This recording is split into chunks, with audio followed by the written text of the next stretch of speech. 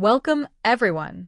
In today's video, prepared by Dr. Sampath Gnanarathne, we'll be exploring the role of magnesium sulfate in obstetric practice. This session is crafted specifically for medical students and trainees to deepen their understanding of this important topic. We'll cover a comprehensive range of topics related to magnesium sulfate in obstetric care.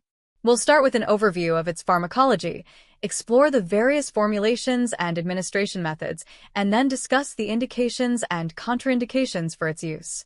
We'll also go over the critical aspects of administration, including proper monitoring techniques and how to manage toxicity if it occurs.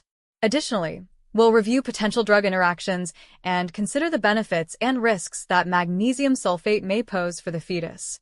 Let's get started. Magnesium sulfate remains a cornerstone in managing several critical conditions in maternal care. To begin, here are some key details on magnesium sulfate. Also called MgSO4, it has a molecular weight of 246, with 1 gram containing 98 milligrams of elemental magnesium. Normal serum magnesium levels range from 1.6 to 2.1 milligrams per liter. Let's consider how magnesium sulfate exerts its pharmacological effects. It primarily acts by blocking NMDA glutamate receptors, which inhibits calcium entry at the neuromuscular junction.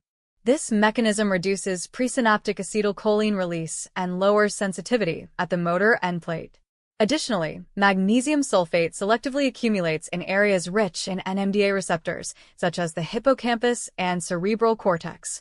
Beyond this, it also reduces inflammatory cytokines, inhibits oxygen-free radicals, prevents platelet activation, and has several cardiovascular benefits. Notably, it decreases systemic vascular resistance, dilates cerebral vessels, enhances cardiac output, and improves both renal and uteroplacental blood flow. Moving on, let's discuss the forms in which magnesium sulfate is available and its routes of administration. Magnesium sulfate comes in several formulations tailored to specific uses. 1. Injectable solutions, available as a 10% solution for intramuscular injection and a 50% solution for intravenous use. 2. Anhydrous powder, applied topically. 3. Oral formulations, primarily used for their laxative effect. 4. Topical gels, utilized for muscle ache relief. Now let's highlight its main indications in obstetrics and gynecology.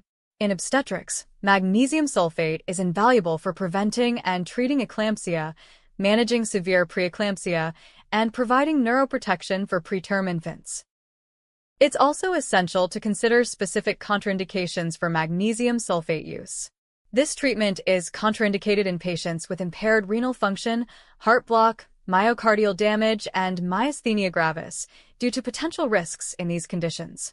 Let's turn our focus to how magnesium sulfate is administered.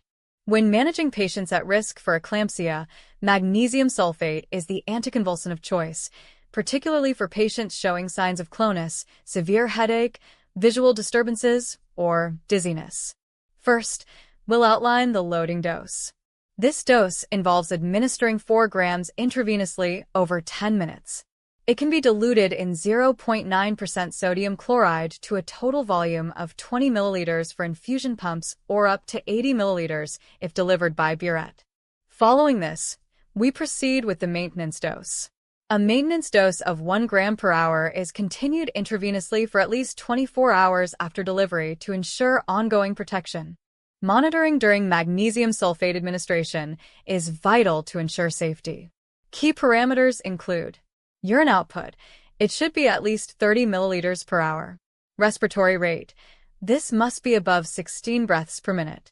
Oxygen saturation. Levels should stay above 90%.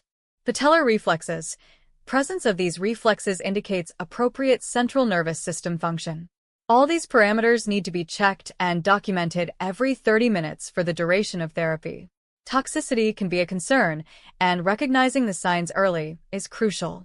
Serum levels correlate with symptoms, ranging from loss of patellar reflexes at 3.5 to 5.0 milligrams per liter, respiratory paralysis at 5.0 to 6.5 milligrams per liter, to cardiac conduction issues at 7.5 milligrams per liter, and finally, cardiac arrest risks at levels above 12.5 milligrams per liter.